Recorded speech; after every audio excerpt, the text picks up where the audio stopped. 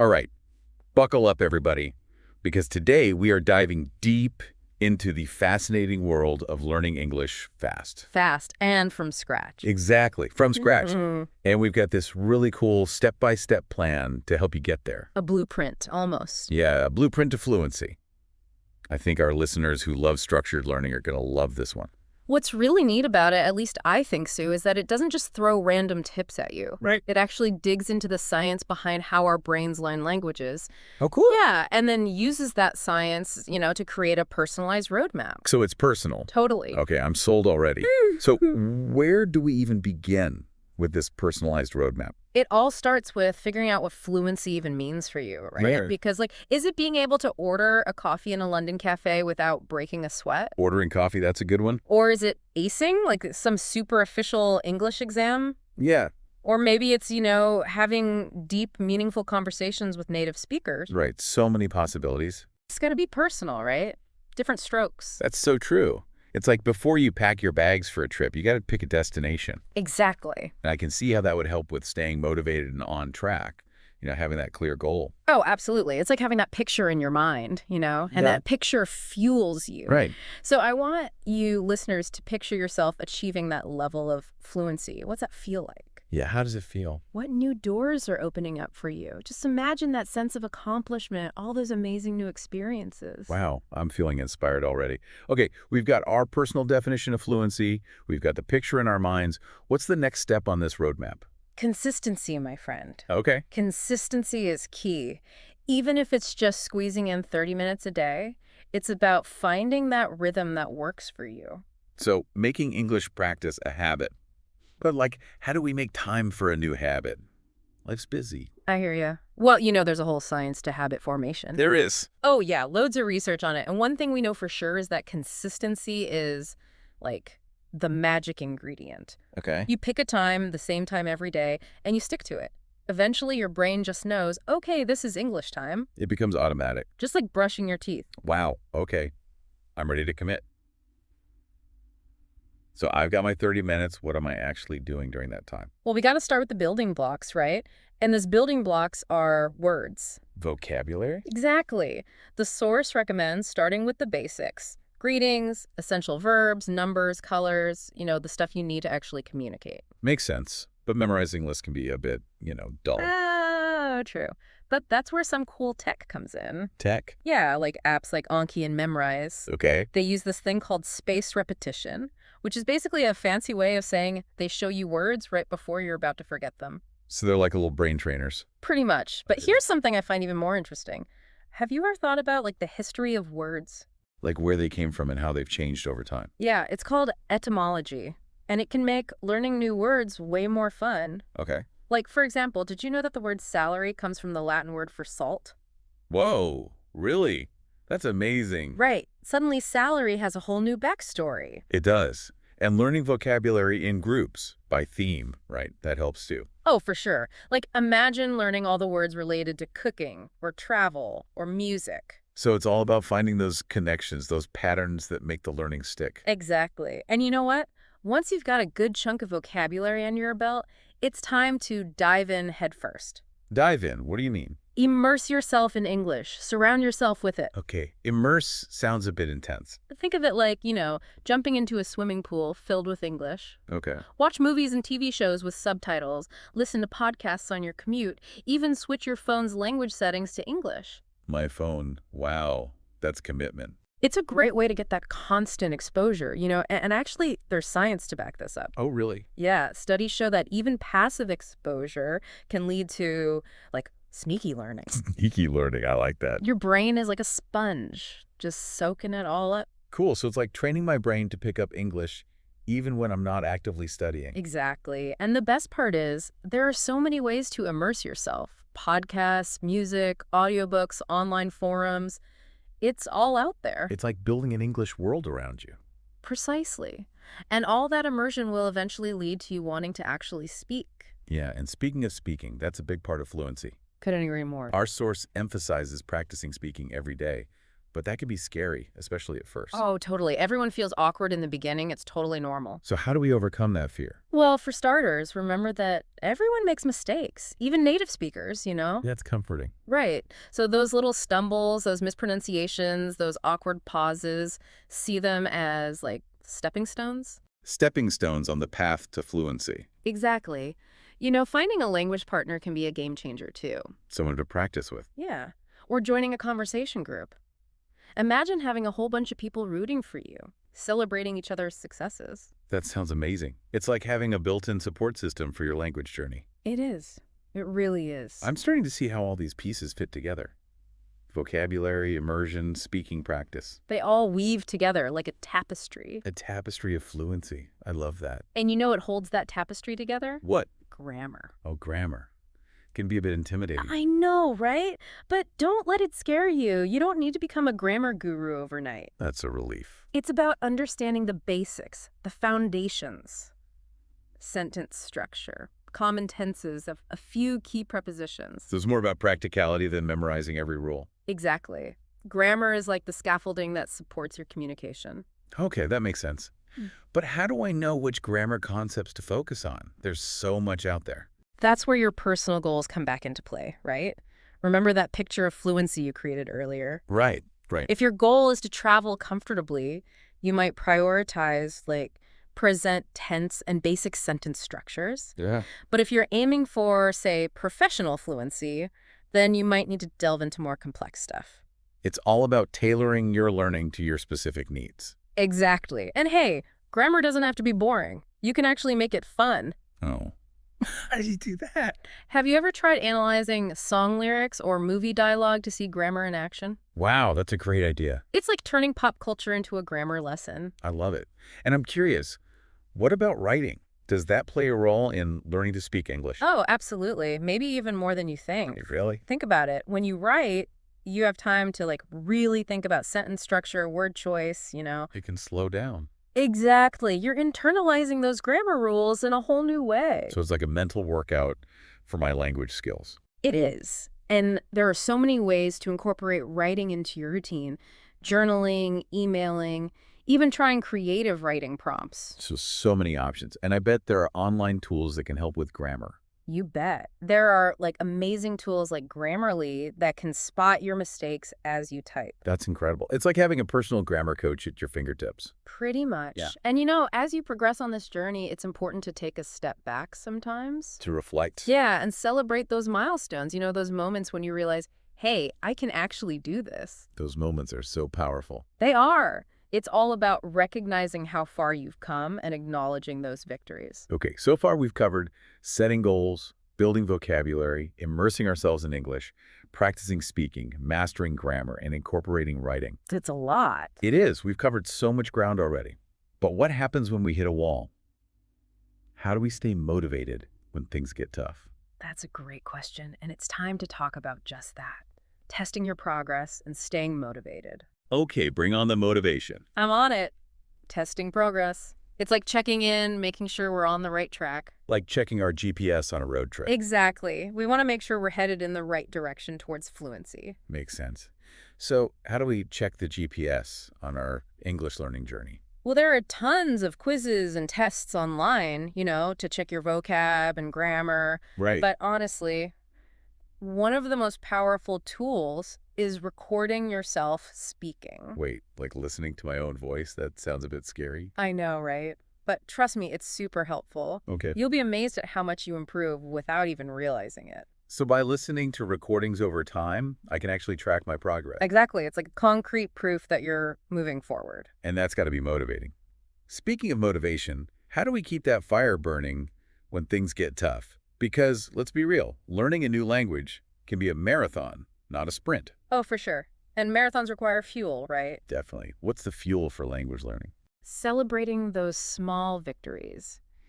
Did you nail a tricky grammar rule? Did you have a whole conversation without freaking out? Give yourself a high five. I love that. It's like rewarding yourself for every mile marker you hit. Exactly. Those small wins, they add up and keep you going when you feel like giving up. And what about finding a language partner or a study group? Does that help with motivation? Oh, huge time. It's like having a cheerleading squad for your language learning journey. Support, accountability, encouragement, it's all there. Community is so powerful. Okay, so we've talked about the importance of testing our progress and staying motivated, but I'm curious, how do we even figure out what learning methods work best for us? Everyone's different, right? Absolutely. We all learn in unique ways. So how do we figure out our learning style? Well, it's a bit of a self-discovery process. Some people are visual learners. They love flashcards and diagrams. Hmm? Others are auditory learners. They prefer listening to podcasts and Oh, conversations. And then there are kinesthetic learners who learn by doing, by moving, by experiencing things firsthand. so it's like finding the right recipe for our brains. Exactly. It's about experimenting with different ingredients and seeing what creates that aha moment. I love that analogy. So it's okay to mix and mash different methods, try new things until we find what clicks. Absolutely. There's no one-size-fits-all approach to language learning. It's all about finding what works for you. Now I'm curious, how important is it to learn about the culture alongside the language? Is it just about the words, or is there more to it? That's such a great question. And to be honest, it's about so much more than just the words. Okay. You can't truly understand a language without understanding the culture it comes from. Because language is a reflection of the people who speak it. Exactly. It's about the values, the customs, the humor, even the unspoken rules of communication. So it's not just about saying the right words, it's about understanding the context behind them. You got it. Yeah. It's like a joke that might be hilarious in one culture could fall flat in another. Right, because it relies on shared cultural references. Precisely. So how do you learn about the culture alongside the language? Immerse yourself. Immerse again, I'm sensing a theme here. It's the key, really. Watch movies, listen to music, read books, follow social media accounts in English.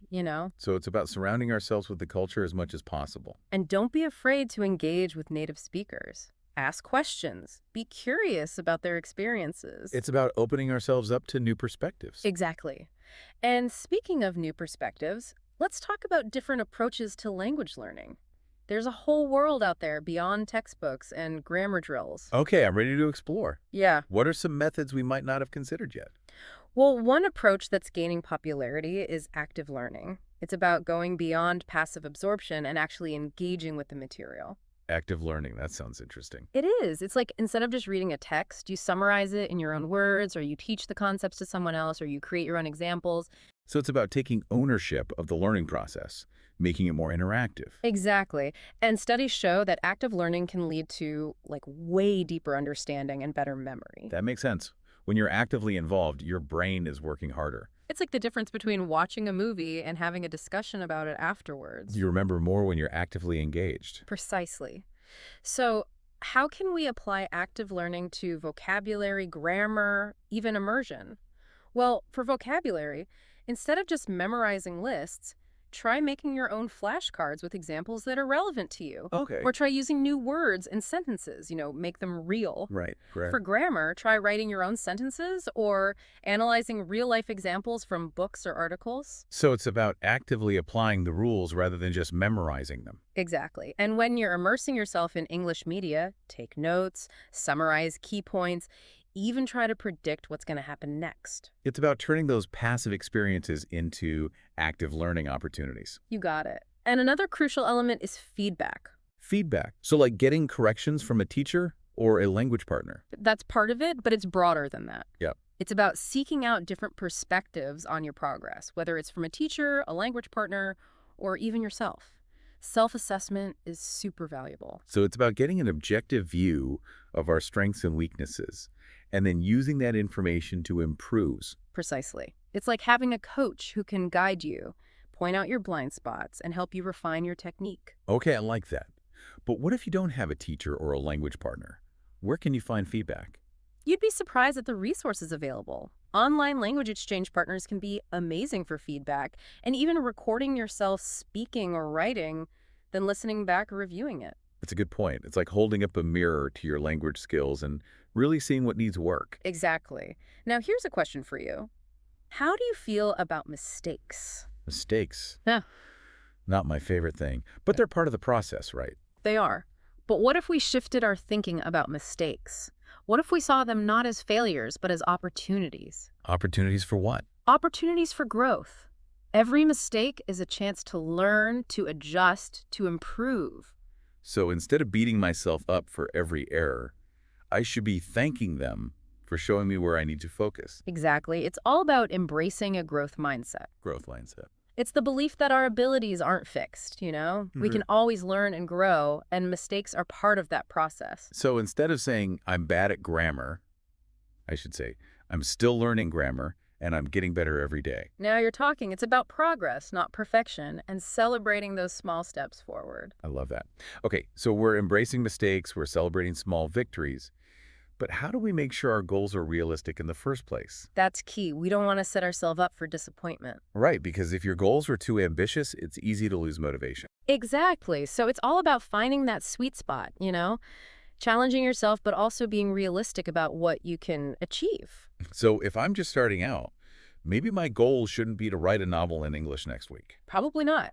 Maybe start with learning 10 new words a day or having a simple conversation with a language partner. Okay, that sounds much more manageable. And as you progress, you can gradually increase the difficulty. It's like leveling up in a video game. Exactly. Start with the easier levels, build your skills, and then take on those bigger challenges. Speaking of challenges, let's talk about one of the most rewarding aspects of language learning. Yeah. Connecting with other people. Yes. Language is all about connection. It's a tool for building relationships, for bridging cultural divides, for experiencing the world in a whole new way. And, the source really emphasizes the importance of seeking out those authentic interactions. Absolutely. Join conversation groups, attend language meetups, strike up conversations with native speakers, Put yourself out there. It's about stepping outside our comfort zone and using our language skills in the real world. And those real-world interactions, those moments of genuine connection, they're pure gold. They solidify your learning and make the whole journey so much more meaningful. It's like the difference between reading about a place and actually traveling there. You get so much more out of it when you experience it firsthand. And, speaking of experience, let's circle back to the idea of cultural awareness. Because language and culture are so closely intertwined, right? They're inseparable. You can't truly understand one without the other. So it's not just about memorizing words and grammar rules. It's about understanding the nuances of communication, the unspoken rules, the cultural context. Exactly. Think about humor, for example. Okay. A joke that might be hilarious in one culture could be totally inappropriate in another. Right, because humor is often based on shared cultural understanding. Precisely. So how do we develop this cultural awareness? Immerse yourself. Immerse, immerse, immerse. I'm getting the message. It's the magic formula. Watch movies, listen to music, read books, explore art from English-speaking cultures. And engage with native speakers, ask questions, be curious about their culture. Exactly. It's about expanding our horizons and developing a more nuanced understanding of the world. And that brings us back to the idea of motivation, right? How do we keep that fire burning throughout this journey of language learning and cultural exploration? Great question. Remember those small victories we talked about? Celebrating those is key. Break down your big goals into smaller, more achievable steps, and then reward yourself for each milestone you reach. So it's about creating a sense of momentum, a feeling of accomplishment that keeps us moving forward. Exactly. And you know what else helps? Finding a learning buddy or joining a study group. The power of community strikes again. Seriously, it's amazing what a difference it makes to have people to share the journey with, to celebrate the wins together, to offer support when things get tough, to hold each other accountable. Accountability is huge. It's like having a built-in support system. It is. And, speaking of support, let's talk about learning styles. Right, because we all learn differently, and finding the methods that work best for you is crucial. Couldn't agree more. Are you a visual learner who thrives on flashcards and diagrams? Or an auditory learner who prefers listening to podcasts and conversations? Or maybe you're a kinesthetic learner who needs to move and experience things firsthand. It's all about figuring out what makes your brain light up. Exactly. And don't be afraid to experiment. Try different resources, different techniques, different approaches until you find what clicks. It's about creating a personalized learning experience that's tailored to your unique needs. You got it. And another important aspect of staying motivated is tracking your progress. Tracking progress, what do you mean? It's about noticing how far you've come. Keep a language learning journal. Use apps to track your vocabulary and grammar improvement, Make your progress visible. So it's about creating those tangible markers of improvement, those little reminders that we're actually moving forward. Exactly. It's incredibly motivating to look back and see how much you've learned, even if it feels slow sometimes. It's like looking at a map and seeing all the ground you've covered, even if the destination still seems far away. You got it. And speaking of destinations, we're approaching the final stretch of our deep dive today. Okay, I'm excited to see what insights you have to share as we wrap things up. Well, before we reach the finish line, I want to emphasize the importance of mindset. Mindset. You mean like having a positive attitude? More than just that, it's about cultivating a growth mindset. Growth mindset. I've heard that term before. Remind me what it means. It's about believing in your ability to learn and grow. It's about embracing challenges as opportunities for development and viewing mistakes not as failures, but as stepping stones. So instead of getting discouraged when I hit a roadblock, I should see it as a chance to learn and improve. Exactly. And it's about surrounding yourself with positivity, supportive friends, inspiring teachers, motivational quotes, anything that reminds you of your goals and your potential. Okay, I'm feeling the positive vibes already. Yeah. But you mentioned one final insight before we wrap things up. Oh, yeah, this one's a game changer. Ready for it. Hit me with it. What if, instead of focusing solely on fluency, we shifted our perspective and viewed language learning as a journey of cultural exploration? Ooh, I like that. Tell me more. What if, instead of just aiming to speak English perfectly, we embraced the opportunity to connect with people from different cultures, to understand their perspectives, and to appreciate the richness and diversity of human expression? Wow, that's a powerful shift in perspective. It's about seeing language not just as a tool for communication, but as a bridge that connects us to different worlds. Exactly. Language is a gateway to understanding, to empathy, to building bridges across cultures. It's about so much more than just grammar and vocabulary. It really is. And when we approach language learning with that mindset, it becomes a lifelong journey of discovery and connection. That's beautiful. Okay, so we're embracing the journey, we're connecting with other cultures, we're celebrating our progress. But what about those moments when we inevitably make mistakes? How do we deal with those? Remember, mistakes are inevitable. Even native speakers make them. It's part of the beauty of language. It's constantly evolving, constantly adapting. So we shouldn't let mistakes hold us back. Absolutely not. See them as learning opportunities, as feedback that helps you grow. And be patient with yourself. Patience is key. Fluency doesn't happen overnight. It takes time, effort, and consistent practice. Like planting a seed. Yes, you nurture it, you water it, you give it time, and eventually it blossoms. So trust the process, be patient, and believe in your ability to learn and grow. Now, as we reach the final peak of our deep dive today, I want to leave our listeners with a thought-provoking question. Okay, I'm all ears. What if, instead of focusing solely on fluency, we shifted our perspective to view language learning as a journey of cultural exploration? Ooh, I love that. It's about seeing language as a bridge that connects us to new worlds, new perspectives, new ways of thinking. Exactly. It's about embracing the richness and diversity of human experience. And it's about using language as a tool to connect with others, to build relationships, to foster understanding and empathy. Beautifully said. And on that note, I think it's time to wrap up this deep dive into the fascinating world of language learning. It's been an incredible journey, filled with insights and inspiration. We've covered so much ground, from setting clear goals to embracing mistakes, from finding our learning style to immersing ourselves in the culture. And most importantly, we've emphasized the importance of mindset, of believing in ourselves and embracing the journey with a positive attitude. Because with the right approach, anyone can achieve fluency. So to our listeners, we say this: keep learning, keep exploring, and keep believing in yourself. The world of language awaits. Happy learning, everyone. I love that idea. It's like, sometimes the best way to learn something is just forget you're learning it and just dive in. Yeah, like lose yourself in the experience. Exactly. Make it fun, make it playful. And then suddenly you're learning without even realizing it. It's like the difference between, studying a map and actually exploring a new city. Oh, I love that analogy. With a map, you're just looking at the facts, the names, the streets. Right. But when you explore, you're experiencing it with all your senses. You're creating memories, you're connecting with the place on a deeper level. And that's what we want with language learning. We want to create that connection, that sense of discovery. So as we wrap up this deep dive, I want to challenge our listeners to find one small way to incorporate English into their daily lives in a fun and engaging way. Oh, a challenge. I like it. Yeah, and it doesn't have to be anything big or complicated. Maybe it's watching your favorite movie with English subtitles. Oh, that's a good one. Or maybe it's trying a new recipe from an English language cookbook. Or listening to an English podcast while you're working out. Exactly. It's about finding those little moments where you can connect with the language in a way that feels natural and enjoyable. And remember, you don't have to do this alone. Find a language partner, join a conversation group, share the journey with others. Community makes everything more fun.